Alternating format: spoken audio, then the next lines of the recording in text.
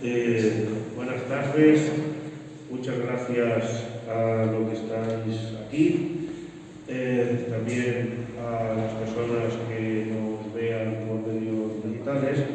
Para aquellos que no están aquí, decir que estamos en el Museo Municipal de Alcázar de San Juan. Hay que dar las gracias al Ayuntamiento de Alcázar y en particular al Patronato de Cultura que presta el soporte con estas instalaciones para esta actividad, que es una actividad del Ateneo de Alcázar de San Juan. De hecho, estamos en una sesión, la sesión número 37 del curso para una lectura crítica del Quijote que venimos desarrollando en el Ateneo de Alcázar de San Juan, siendo este su tercer año.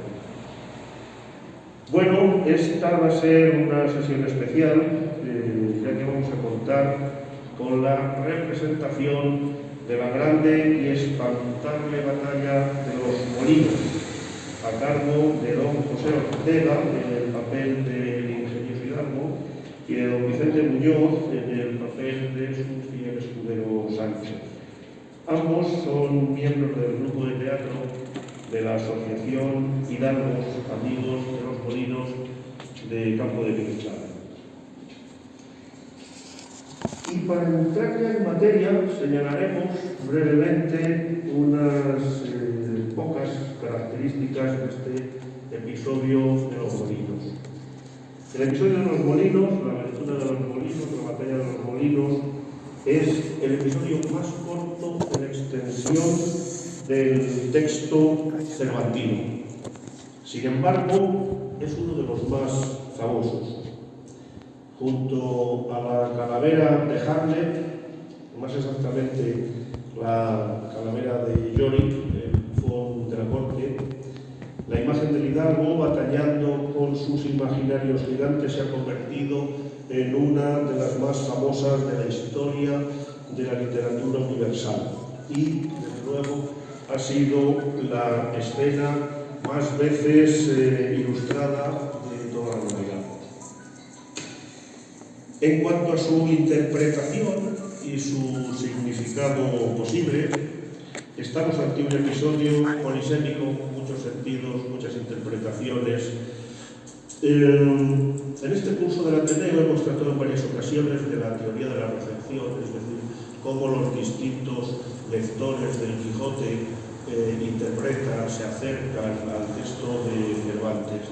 Hemos hablado del horizonte de expectativas, que es todo aquello que cada lector lleva consigo en su mente cuando se acerca no solamente al Quijote, sino a cualquier texto literario. No existen las lecturas virginales o adánicas, sino que todas las personas que nos acercamos a cualquier texto interacciona, ese texto, escrito muchos siglos antes, interacciona con todo lo que llevamos dentro, con toda nuestra historia, con nuestras concepciones de todo, sociales, políticas, económicas, de todo, ¿no?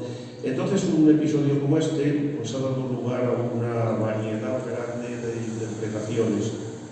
No vamos a entrar en ellas porque sería dedicar exclusivamente a ello, y no es el caso. Por ejemplo, Claudio Guillén apunta que la posteridad ha recogido la fuerza, ha recogido como interpretación, ¿no?, la fuerza de voluntad de un David contra Goliat, condenado al fracaso. Otros hablan de la valentía, inútil pero admirable por inútil. Otros, la prioridad de la motivación sobre el cálculo del resultado. Esta última interpretación es muy del gusto de la Revolución Romántica, de la que se asentó después de este movimiento cultural del siglo XIX. Pues bueno, esta interpretación goza de buena salud, ¿no? Es una de las más aceptadas, ¿no? De hecho, el término quijotesco frecuentemente hace referencia a una persona, a un idealista que no toma en cuenta consideraciones prácticas, ¿no? Entonces, muchas veces cuando se habla del español como un ser Quijote o quijotista, pues esta interpretación va muy a tono, ¿no? Un idealista demuestra que el idealismo supera las consideraciones prácticas. Bien, de hecho, enfrentarse a los molinos de viento, además de esto que hemos dicho, pues también tiene otras interpretaciones. Tiene, por ejemplo, la acepción de enfrentarse a algo sólidamente constituido, cosas que están constituidas con visos de inconmovible solidez. Pongamos un ejemplo del enfrentamiento a algo sólidamente constituido. En este caso hablaremos de un tópico. Me refiero a la idea, que se lee muy a menudo, de que estos artilugios eran una novedad en la España de Don Quijote, lo cual puede contribuir a generar cierta confusión en la mente del protagonista. Sí que merece la pena, al igual que hizo Don Quijote, también nosotros romper una lanza en el sentido de que los molinos de viento no eran en absoluto ninguna novedad en la España del Quijote. Un autor, José María Sánchez Bolledo, pues resume una serie de datos históricos sobre la existencia de molinos de viento en España, ¿no? Y bueno, he sacado algunos datos que nos vamos a pasar ahí muy por deprisa. Por ejemplo, hay documentación de 1200, inicios del siglo XIII, donde Pedro II de Aragón concede a un señor la exclusiva para la construcción de molinos. En 1330, primer tercio del siglo XIV, el arcipreste de Hita habla de molinos de viento en Castilla-La Mancha. En 1668, ya el tercio del siglo XIV, don Juan Manuel, el mal llamado infante don Juan Manuel, pues esta fecha, 1368, es un documento en el cual otorga su permiso para que Chinchilla de Monte Aragón, construya unos molinos de viento. Bien, 1441, Juan II habla de una escaramuza cerca de Tordesillas, en el entorno de unos molinos de viento. 1511, Fernando el Católico, etcétera, hasta 1575, que es ya la época de las observaciones topográficas de Felipe II, donde ya se metieron otros puntos. Es decir, no podemos, pese a que es un tópico inveterado, que eran una novedad en Castilla, pues no eran una novedad los molinos en Castilla. Bueno, no entramos en este campo de la historia porque el título de estas sesiones, Molinos de viento del Quijote, geografía de una ficción. Las dos palabras clave aquí es geografía, pero no perdamos de vista la palabra ficción, ¿no? Trataremos de cuestiones geográficas, en concreto una cosa que es tan tratada previamente como es la ubicación geográfica, la ubicación en el mapa de dónde esos molinos, dónde ese episodio. En definitiva, si pensamos un poco, geografía de una ficción, ya esto tiene bastante de contradictorio, ¿no? Hablar de una ciencia del mundo real, como es la geografía, en relación con un mundo imaginario, que es el de la ficción literaria, pues ya es algo llamativo. Pero bueno, eso es de lo que trata la sesión actual de este curso de lectura del Quijote. Así pues, empezaremos por la ficción. Bueno, la figura de Don Quijote es compleja, llena de matices y de claroscuros, tiene virtudes y tiene defectos. Y dentro de los defectos, el principal que tiene Don Quijote es que no nació. No nació, ni le dio el sol de soslayo, ni al cuchillo odres de vino, ni hizo penitencia en Sierra Morena. Don Quijote no es de este mundo, y por eso hablamos de ficción, y por eso, no lo demos vueltas, tampoco embistió molinos de viento en parte alguna.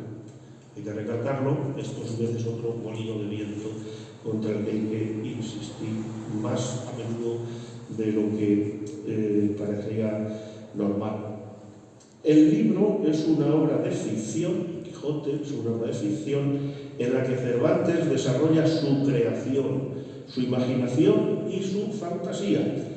El querer reducir a una geografía real las fantasías de un literato como Cervantes es una tarea vana. En cambio, hablando de geografía y de ficción, vamos a tratar brevemente de dos aspectos. Uno, ¿qué uso hace Cervantes de la geografía y el paisaje? ¿Qué uso hace en el texto del Quijote? Y otro aspecto es, por la importancia que tiene, cómo es el método de composición de Cervantes y cómo desarrolla el texto del Quijote. Entonces veamos qué uso hace Cervantes de la geografía y del paisaje. En la narración del Quijote, la geografía no tiene ninguna personalidad. No solo no adopta una transición coherente entre episodios consecutivos, es decir, que tan pronto estamos en tierras yermas como entre verdes prados, regado por arroyos que recuerdan sospechosamente la literatura pastoril, como nos encontramos casi sin transición en encrespadas peñas, cuando de hacer penitencia se trata, de tal modo que la geografía viene a ser independiente para cada episodio o incluso para cada aspecto. De hecho, la geografía se adapta como un guante al modelo literario que en ese momento está desarrollando Cervantes. Puede adaptarse al modelo pastoril, a la novela bizantina, a la de caballerías.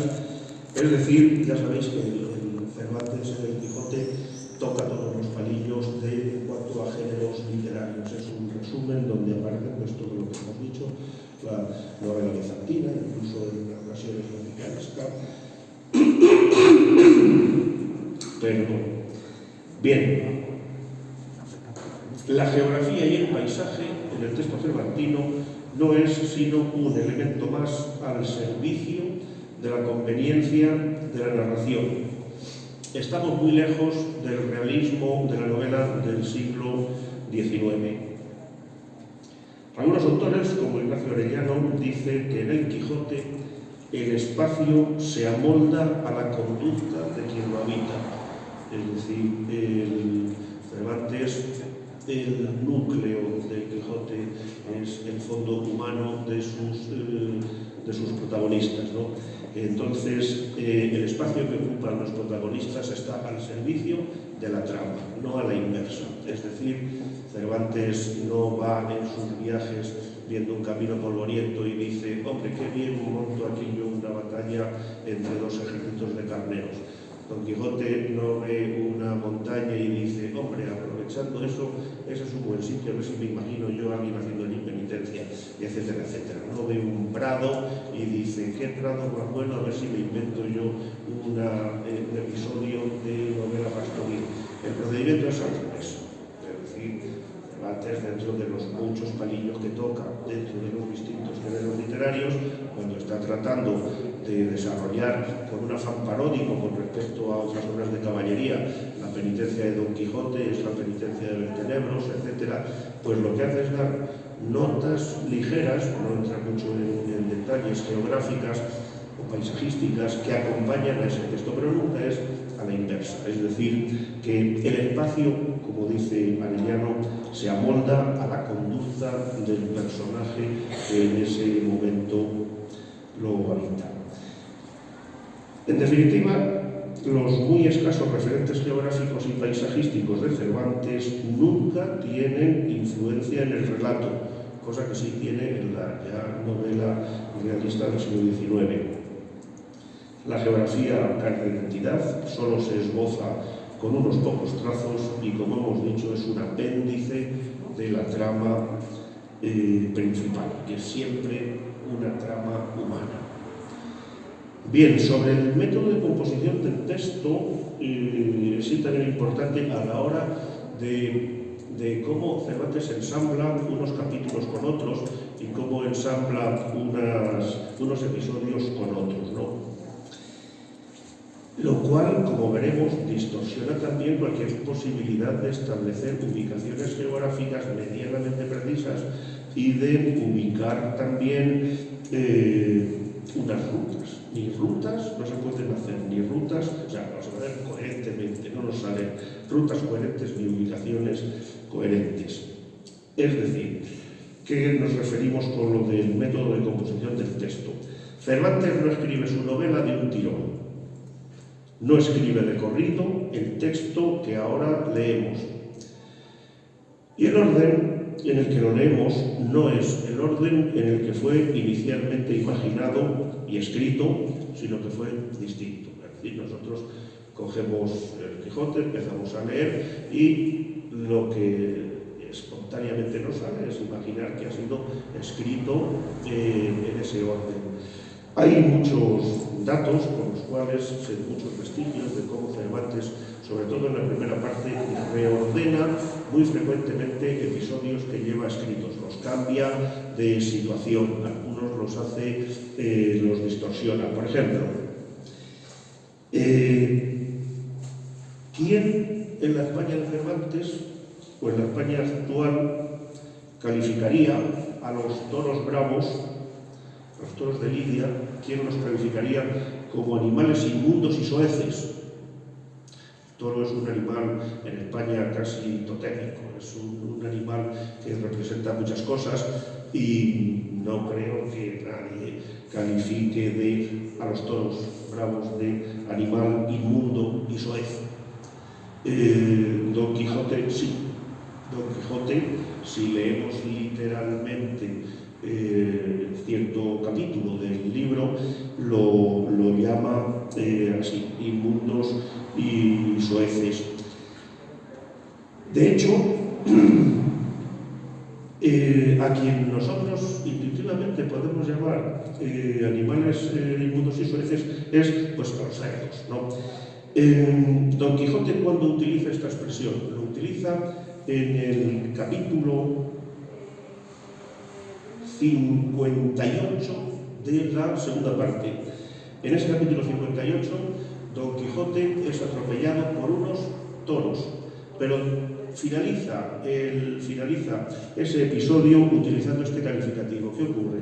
10 capítulos después, en el 69, sí que aparece un episodio en el cual Don Quijote y Sancho son atropellados, ahora sí, por unos cerdos. ¿Cómo se explica, o cómo han explicado los cervantistas que han estudiado esto, Carlos Romero Muñoz? Pues lo explican imaginando que Cervantes en una inicial redacción colocó el atropello de los cerdos en un momento intermedio, digamos, de la segunda parte. Y luego no le pareció esa la ubicación adecuada y lo trasladó de sitio, es decir, retrasó a 10 capítulos más atrás este episodio de los cerdos. Pero como nadie es perfecto, se le olvidó también eliminar esa frase que hubiera quedado estupendamente animales soeces 10 capítulos detrás. Este es un ejemplo más, hay muchísimos vestigios, ha habido muchos autores que han estudiado este tema. Está desde 1959 otros autores como Flores, Ellen Anderson, José Manuel Martín Morán, etc. Entonces, con este escaso interés de Cervantes por dar datos geográficos, con este hecho de mover de sitio los capítulos, los sketches, los episodios, ¿qué nos encontramos? Pues que, como ya decía, un autor que se llama Héctor Agustín Ibarús, también hace ya tiempo, 1962, y este hombre lo escribía en Cuadernos de Estudios Manchegos. Dice que hacer itinerarios precisos en el Quijote es cosa materialmente imposible porque siempre se tropieza con contradicciones y absurdos sin posibilidad material de enlazar rigurosamente unos parajes con otros.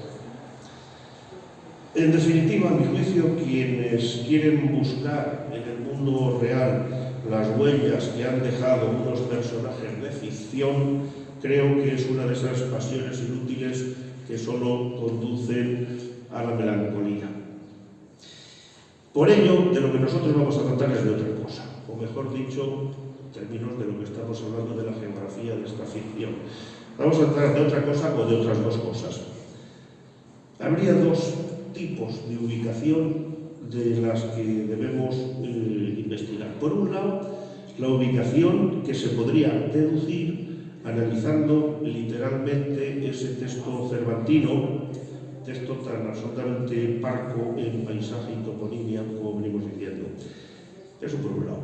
Y por otro lado, intentar encontrar la ubicación más idónea a efectos del desarrollo de una muy legítima y muy necesaria ruta turística de Don Quijote.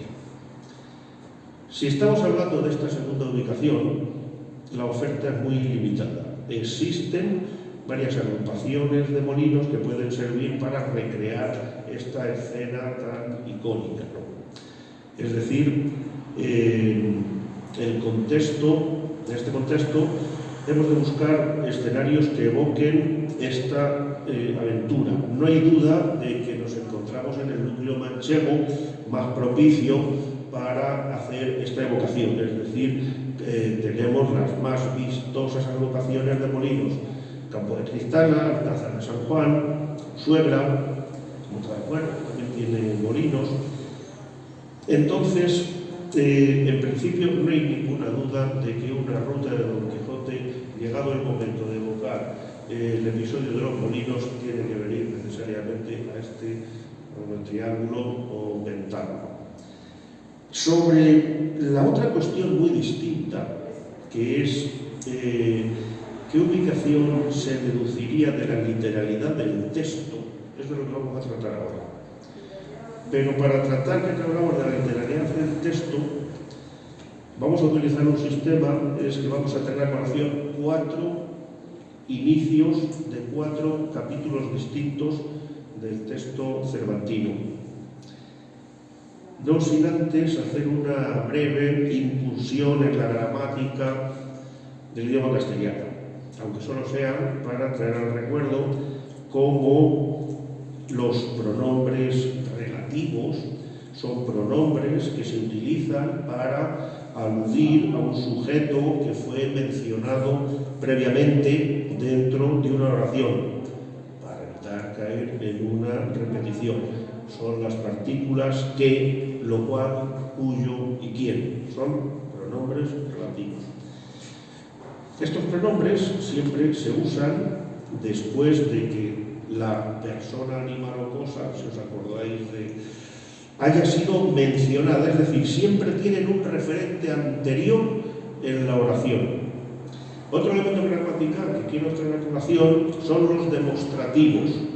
Los demostrativos este, ese y aquel pueden ser pronombres cuando ejercen funciones propias del sustantivo, y además de exponer como el demostrativo aquel, luego diremos por qué nos interesa este demostrativo en particular, puede funcionar también como adjetivo en alusión a algo que está alejado en el tiempo y en el espacio, y a veces también se utiliza para referirse a elementos mencionados en el discurso.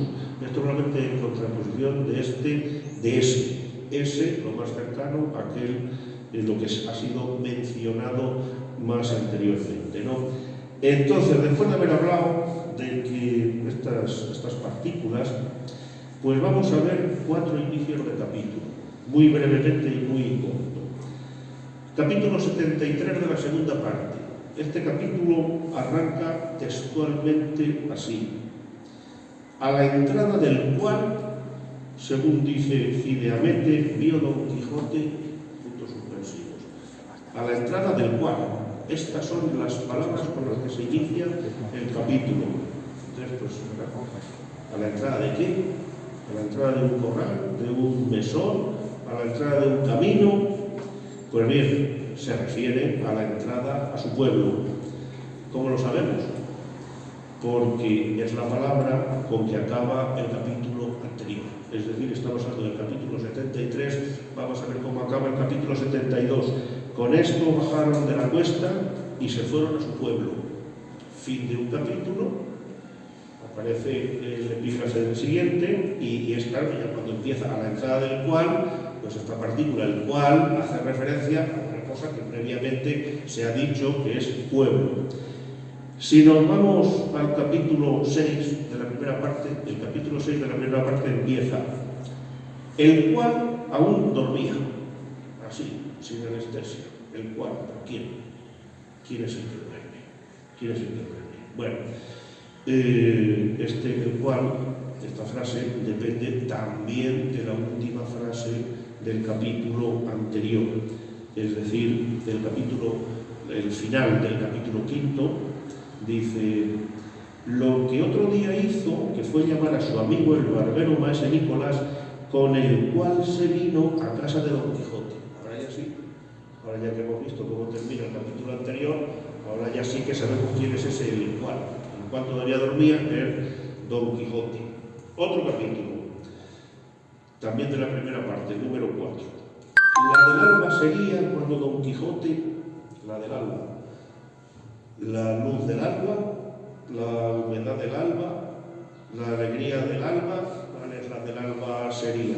Bueno, pues ninguna de estas, es la hora del alba. La del alba sería es la hora del alba, ya que el antecedente es la palabra hora con la que acaba el capítulo anterior. Hemos dicho que este es el capítulo 4 de la primera parte. Pues el capítulo 3, donde la película 3 dice: el ventero, por verle ya fuera de la venta, con no menos retóricas, aunque con más breves palabras, respondió las suyas y sin pedirle la costa de la posada, le dejó ir a la buena hora.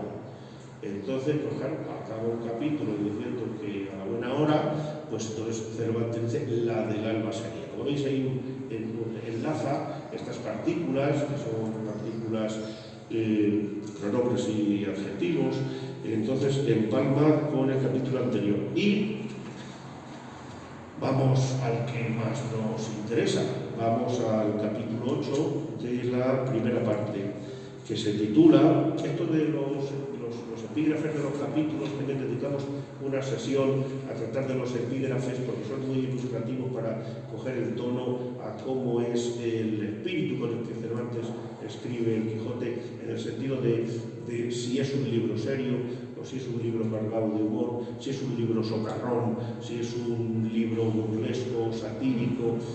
Entonces el capítulo 8, el epígrafe es: del buen suceso que el valeroso Don Quijote tuvo en la espantable y jamás imaginada aventura de los molinos de viento, con otros sucesos dignos de feliz recordación. Bueno, ya hemos dicho que esto está lleno de socarronería. A un suceso en el cual Don Quijote sale malherido contra las aspas de un molino, pues hombre, llamarle buen suceso, esto es una ironía absoluta, ¿no? Y llamar espantable a una aventura, bueno, el concepto espantable a lo mejor queda aquí un poco grande para un caballero que se dedica a embestir un aspa. Y luego dicen, con otros sucesos, vuelve a repetir la burla, la ironía, la socarronería, con otros sucesos dignos de feliz recuerdo. Bien, pero no estamos hablando de esto. ¿Cómo empieza este capítulo? Dice: en esto descubrieron 30-40 molinos de viento que hay en aquel campo. Ya estamos, en aquel campo. ¿En qué campo? Porque no dice qué hay en el campo, ni dice qué hay en ese campo, dice en aquel campo. Esta partícula demostrativa tiene que tener algún referente, como hemos estado viendo, tiene que tener algún referente en capítulos anteriores. Y efectivamente, nos vamos al capítulo 7 de la primera parte, evidentemente anterior, y dice, ya esto es muy al final del capítulo, casi terminando, dice: acertó Don Quijote a tomar la misma derrota y camino que el que él había tomado en su primer viaje, que fue por el campo de Montiel, y repite, por el cual caminaba con menos pesadumbre que la vez pasada. Cervantes solo dice que, o sea, no da ninguna referencia geográfica, nada más dice que se ubican en aquel campo, y dado que en líneas anteriores, o sea, en las líneas anteriores del capítulo anterior, dice que caminaban por el campo de Montiel, pues hay que entender en el lenguaje castellano que las menciones a aquel campo se refieren al campo de Montiel. Por cierto, en toda la escena de los molinos el paisaje está absolutamente ausente. Nada dice Cervantes de vegetación, de fauna. de topografía del terreno, nada absolutamente. Por ello, no nos dice tampoco si los molinos están en un cerro, como los de Alcázar, en una plataforma, como los de Campo de Criptana, en una crestería, como los de Consuegra, o en una loma, como la loma de los Tomillares en el Toboso. ¿Qué es esto de la loma de los Tomillares? Que esto es bastante reciente, ¿no? Pues hay un autor, Enrique Guillo Alarcón, que trabaja mucho en la historia de Mota del Cuervo, ha documentado la existencia nada menos que 17 molinos en el Toboso, en los Tomillares, en 1584, en un año absolutamente cervantino. Esto está publicado, lo publicó en 2018 en la revista de la Asociación de Amigos de la Historia de Mota del Cuervo. Y entonces, esto es un problema que hubo con los molineros. El gobernador del entonces, la gobernación de Quintana de la Orden, hizo una, vamos a llamarlo, inspección, para ser así muy rápidos, en la cual inspeccionaron los molinos para ver si tenían los aranceles y las medidas correctamente puestas y dispuestas, y entonces pues no encontraron que los molineros estuvieran cumpliendo con esas normas, ¿no? Con lo cual se inicia, pues igual que ahora, un proceso administrativo con su pertinente denuncia, etcétera, requisitorias. Y estos molineros se unen y reclaman, ¿no? Hacen un recurso, lo que llamaríamos un recurso de alzada, en fin, ya las cosas internas del proceso no nos importan. Lo que sí que nos importa es que en ese proceso aparece el nombre de todos los propietarios de estos 17 molinos que estaban en la loma de los Tomillares en el Toboso. No quedan prácticamente nada de estos molinos, pero sí que quedan unos mínimos vestigios en esta loma, vestigios cuya ubicación ha sido fijada e identificada por el toboseño don Bruno Porrero. Dice exactamente donde se ven unas muy leves, pero sí que se aprecia el círculo, unas veces más evidente, otras menos, el círculo donde estuvieron. Bien, no queda nada, pero bueno, es un candidato más. Evidentemente, volviendo al campo de Montiel, es evidente que no está documentado ningún acúmulo de molinos de viento en el campo de Montiel.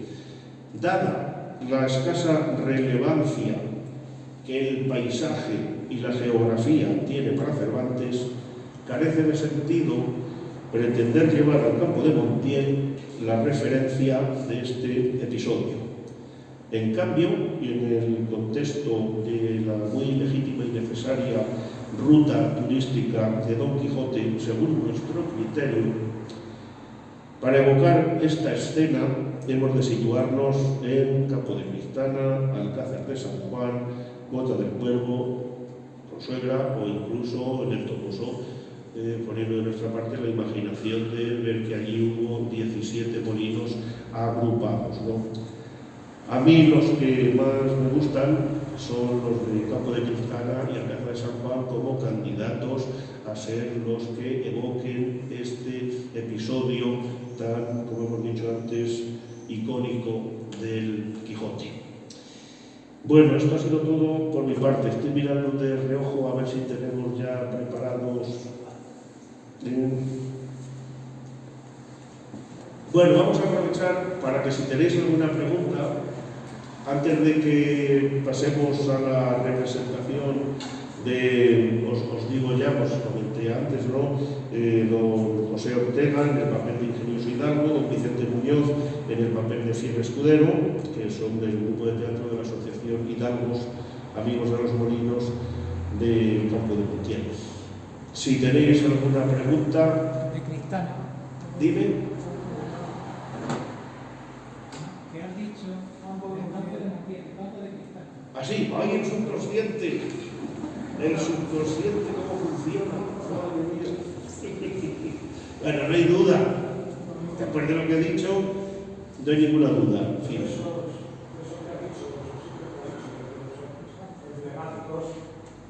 Si nos ponemos a esa época, hay dos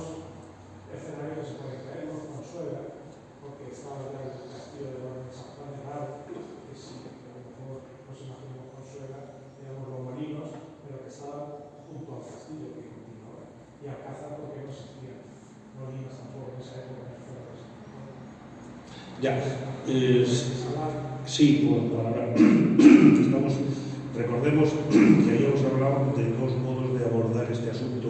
Uno en términos estrictamente literarios, lo que hemos dicho de la gramática del castellano, y otro desde el punto de vista de qué agrupación de castillos son las más propicias para evocar dentro del contexto de una ruta de Don Quijote, cuáles son los más propicios, es decir, pues hombre, aunque sabemos que en el Toboso había 17, pues bueno, llevar allí la ruta, evocar allí donde no hay nada, pues no tiene sentido. Entonces, pues sí, los que, en fin, estamos hablando del turismo actual, claro, y los turistas no creo que miren la fecha de erección de cuándo se construyó cada uno, porque a lo mejor no es tampoco el ver que algunos son de construcción pues muy reciente. Es un episodio que, bueno, como he dicho antes, es un episodio posiblemente el más conocido de Don Quijote. Es un episodio que le conoce la gente que no ha abierto nunca el libro de Don Quijote. Es el icono que está en televisión, es el icono posiblemente más internacional del mundo del Quijote. Y luego, con respecto a las lecturas que se han hecho de él, a las interpretaciones que se han hecho de él, pues tenemos de todo, ¿no? Habíamos dicho que en cada época, según la corriente cultural dominante, pues se hace una lectura u otra. Desde Luis, ¿qué pasa? ¿Ya están? Ya. Sí. ¿Ya? ¿Qué van a pasar? Bueno, pues nada, os dejo en la representación de la grande y espantable batalla de los molinos. Esperemos que no se nos pierdan por el campo, por aquel campo. Muchas gracias.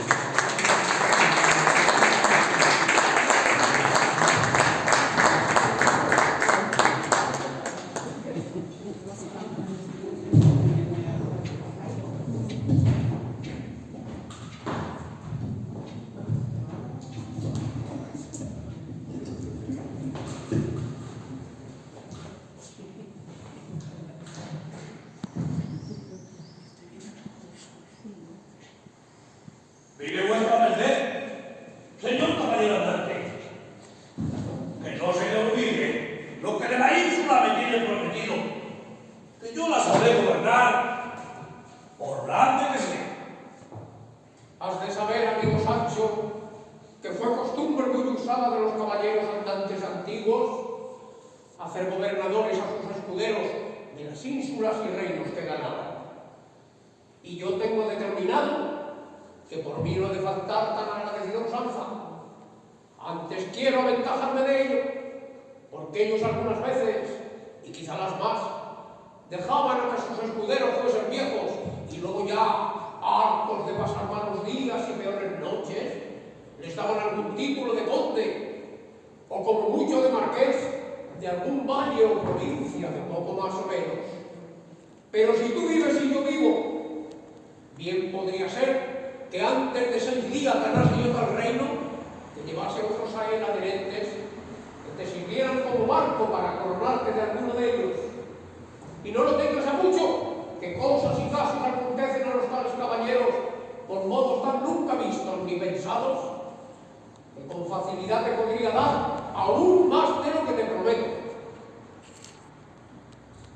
De esa manera, si yo fuese rey, por algún milagro de lo que vuestra merced dice, por lo que mi mujer de esa panza vendría a ser reina. Y mis hijos, infantes. Pues ¿quién lo duda? Yo. Porque tengo para mí que, aunque no hubiesen Dios reino sobre la tierra, ninguno sentaría aquí sobre la cabeza de Teresa Panza. Sepa, señor, que no vale 2 para vivir para reina. Condesa le caerá mejor, y aún Dios se ayuda. Encomíndalo todo a Dios, amigo Sancho, que Él dará lo que nos convenga. Pero no vengas a abocar tu ánimo tanto que te vengas a conformar con menos de ser adelantado. No haré, señor mío. Y más teniendo tan buen amo como vos, que me sabrá dar todo aquello que me esté bien y lo pueda llevar. La aventura va guiando nuestros pasos mejor que lo que acertamos a desear. Porque no es allí donde se descubren 30 o pocos más gigantes con quien pienso hacer batalla y quitarles a todos la vida con cuyos despojos comenzaremos a enriquecer. Que esta es buena guerra y es servicio de Dios quitar tan mala simiente sobre la faz de la tierra. Pero, ¡qué gigantes! Aquellos que allí ves de los brazos largos, pero suelen tener alguno de casi 2 leguas. Mire vuestra merced, que aquellos que allí se parecen no son gigantes, sino molinos de viento, y lo que en ellos parecen brazos son las asas que volteadas del viento hacen andar la piedra del molino. Bien se ve que no estás cruzado en esto de las aventuras. Ellos son gigantes. Y si tienes miedo, quítate. Ponte en oración en el espacio, que yo voy a entrar en cierre y desigual batalla. ¡No huyan, cobardes civiles criaturas, que un solo caballero se os acomete! Pues aunque tomáis más brazos que los del gigante Viareo, ¡me lo habéis de pagar! ¡No, señor!